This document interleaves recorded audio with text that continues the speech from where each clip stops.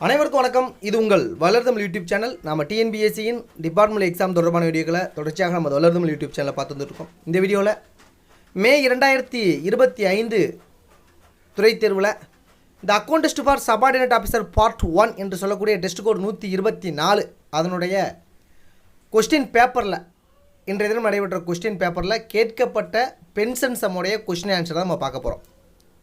28/5/2025 124 எக்ஸாமில் கேட்ட descriptive type கொஸ்டினோட கொஸ்டின் வித் ஆன்சர் நம்ம பார்க்க போகிறோம். ஸோ வாங்க நேரடியாக கொஸ்டின் பார்த்துடலாம். 10வது வினாவாக இருந்துச்சு. மொத்தம் 3 சம் கேட்டிருந்தாங்க. அதில் ஒன்று பென்ஷன் சம், இன்னொன்று இஎல் கேட்டிருந்தாங்க, பே பிக்சேஷன் கேட்டிருந்தாங்க. மற்ற 2 கணக்கில் அடுத்தடுத்து பார்ப்போம். இப்போது பென்ஷன் கணக்கு பார்க்கலாம். 30/6/2020 அன்று வயது முதிர்வில் ஓய்வு பெற்ற ஒரு அலுவலக உதவியாளரின் ஓய்வூதியம், உயர்த்தப்பட்ட குடும்ப ஓய்வூதியம், இயல்பான குடும்ப ஓய்வூதியம், ஓய்வூதிய மாற்றீட்டு தொகை மற்றும் பணிக்கொடை ஆகியவற்றை கணக்கிடுக. அவருடைய நிகர பணிக்காலம் 29 வருடம் 6 மாதம் 8 நாள்கள். அவர் கடைசியாக பெற்ற ஊதியம் 28,000 ஆகும். அகவிலைப்படி 17% ஆகும். ஓய்வூதிய மாற்றீட்டுக்கான மதிப்பு 60 வயதில் 8.287 மதிப்பு ஆகும். ஸோ இதனுடைய ஆன்சர் நம்ம பார்க்கலாம். மே 2025 124 கேட்டது. நம்ம அப்படியே ஒரு டைட்டில் மாதிரி போட்டுக்குருவோம். 30/6/2020 ஓய்வு பெறும் அலுவலக உதவியாளரின் ஓய்வு கால பலன்கள். சரிங்களா? அவங்க கேட்ட கேள்விக்கு மட்டும் தான் நம்ம பதில் சொல்ல போகிறோம். சரியா? Okay, right. அங்கே நிகர தகுதியான பணிக்காலம் அப்படின்னு சொல்லியிருக்காங்க. 29 வருடம் 6 மாதம் 8 நாட்கள் சொல்லியிருக்காங்க. நம்ம நாட்கள் பிரச்சனையில் விட்டுலாம். 29 ஆண்டு அரையாண்டாக பிரிக்கும்போது 29 × 2 58. 6 மாதம்ங்கிறது ஒரு அரையாண்டு, மொத்தம் 59 அரையாண்டுகள். அப்போ நிகர தகுதியான பணிக்காலம் 59 அரையாண்டுகள். இதைத்தான் 59 நம்ம டிசிஆர்ஜிக்கு எடுத்துக்க போகிறோம், பென்ஷனுக்கு எடுத்துக்க போகிறோம். Okay, right. ஊதியம் சொல்லிட்டு கணக்கில் சொல்லிட்டாங்க. இறுதி ஊதியமாக 28,000 பெறுகிறார் அப்படின்னு சொல்லிட்டாங்க. அப்போது இதுதான் இறுதி ஊதியம் அப்படின்னு வச்சுக்க போகிறோம். பணிக்கால ஓய்வூதியத்துக்கான ஃபார்முலா என்ன? இறுதி ஊதியம் இன்ட்டு வரையறுக்கப்பட்ட அரையாண்டுகள் டிவைடு பை 2 × 60. ஸோ இறுதி ஊதியம் 28,000, வரையறுக்கப்பட்ட அரையாண்டுகள் 59 அரையாண்டு தான் இருக்குது. Divide by 2 × 60. அதை சிம்பிளிஃபை பண்ண சுருக்கணும் அப்படின்னா 13,766 ரூபா 60 பைசா வந்துச்சு. அப்போ இதை ரவுண்ட் ஆக்கும்போது 13,770 போட்டோம். ஏன் 766.6 767 தானே சார் போடணும், ஏன் 770 போட்டிங்க, நெக்ஸ்ட்டு 10 ரூபாய்க்கு ஏன் மாற்றுறீங்க, 1 ரூபாய்க்கு தானே மாற்றணும், சில பேருக்கு சந்தேகம் இருக்கும். 6வது ஊதியக்குழுப்படி தான் நெக்ஸ்ட்டு 1 ரூபாய்க்கு மாற்றணும்.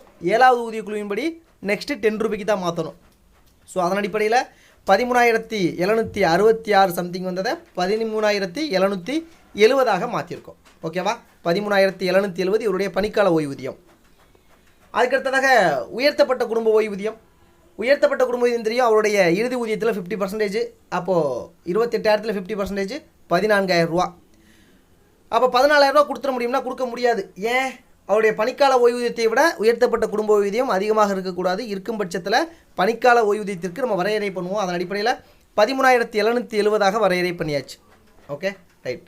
அடுத்ததாக இயல்பான குடும்ப ஓய்வூதியம். இறுதி ஊதியத்தில் 30% பார்த்தோம்னா 8,400 ரூபா. ஓகே, இயல்பான இல்லை சாதாரண குடும்ப ஓய்வூதியம். அதுக்கடுத்ததாக இறப்பு மற்றும் ஓய்வூதிய பணிக்கொடை பார்க்க போகிறோம். இதற்கு ஃபார்முலா இறுதி வருவாய் இன்ட்டு வரையறுக்கப்பட்ட அரையாண்டுகள் டிவைடு பை 4 போடுவோம். இறுதி வருவாய் அப்படிங்கிறது பே ப்ளஸ் டிஏ ரெண்டையும் கூட்டுவோம். இங்கே டிஏ 17% சொல்லியிருக்காங்க. அப்போ 28,000 ரூபாய்க்கு 17% பார்த்தோம்னா 4,760 ரூபா வருது. ஓகேவா? அப்போ பே ப்ளஸ் டிஏ கூட்டணும் அப்படின்னா 28,000 ப்ளஸ் 4,760 கூட்டினோம்னா 32,760 ரூபா. இதுதான் இறுதி வருவாய். அப்போது ஃபார்முலாவில் ஃபில் பண்ணுவோம். 32,760 இன்ட்டு 59 டிவைடு பை 4 போட்டோம்னா 4,83,210 ரூபா. இதுதான் அவருடைய பணிக்கொடை. சரிங்களா? பணிக்கொடை இப்போதைக்குன்னு அதிகபட்சமாக 25 லட்சத்தை தாண்டக்கூடாது. அதுக்கடுத்ததாக கம்யூட்டேஷன் மாற்றீட்டு ஓய்வூதியம் பார்க்க போகிறோம். பணிக்கால ஓய்வூதியத்தில் 1/3 3ல் 1 பங்கு. ஸோ 13,770 1/3 வேல்யூ பார்த்தோம்னா 4,590. இதுதான் மாற்றீட்டு ஓய்வூதியம். அதுக்கடுத்தாக மாற்றீட்டு தொகை பார்க்க போகிறோம். ஸோ மாற்றீட்டு தொகை எப்படி பார்ப்போம்? மாற்றீட்டு ஓய்வூதியம் இன்ட்டு கொள்முதல் மதிப்பு இன்ட்டு 12. சரிங்களா? ஸோ மாற்றீட்டு ஓய்வூதியம் 4,590 இன்ட்டு 12 இன்ட்டு 8.287. மாற்றீட்டு அந்த கொள்முதல் மதிப்பு காரணி மதிப்பு அவங்களே 8.287ன்னு சொல்லிட்டாங்க. சரிங்களா? சொல்லலை அப்படின்னா நம்ம வேறு வேல்யூ போட்டிருப்போம். அவங்க சொன்னதுனால சொன்ன வேல்யூ தான் போடணும். Okay, right. அப்போது சிம்பிளிஃபை பண்ணோம் அப்படின்னா 4,56,447.96. ஸோ பாயிண்ட்டை வந்துச்சுன்னா அடுத்த 1 ரூபாய்க்கு மாற்றணும். அப்போது 4,56,448 ரூபா இதான் கம்யூட்டேஷன் வேல்யூ. அதுக்கடுத்ததாக மாற்றீட்டுக்கு பின் ஓய்வூதியம். அப்போது பணிக்கால ஓய்வூதியத்திலிருந்து மாற்றீட்டு ஓய்வூதியத்தை கழிச்சோம்னா கிடைக்கக்கூடியது 13,770 4,590 கழிச்சோம்னா 9,180 ரூபா கிடைக்கும். இதுதான் மாற்றீட்டுக்கு பின் ஓய்வூதியம் அப்படின்னு சொல்லக்கூடியது. ரொம்ப எளிமையான கணக்கு, 5 மதிப்பெண்களுக்கு ரொம்ப அடாப்டான கணக்கு, ரொம்ப சிம்பிளாகவே கேட்டிருக்காங்க. ஸோ இதெல்லாம் சந்தேகம் பண்ணால் கமெண்ட் பண்ணுங்கள். அடுத்த சம்ம பார்க்கலாம். மீண்டும் மற்றொரு வீடியோவில் சந்திப்போம். நன்றி.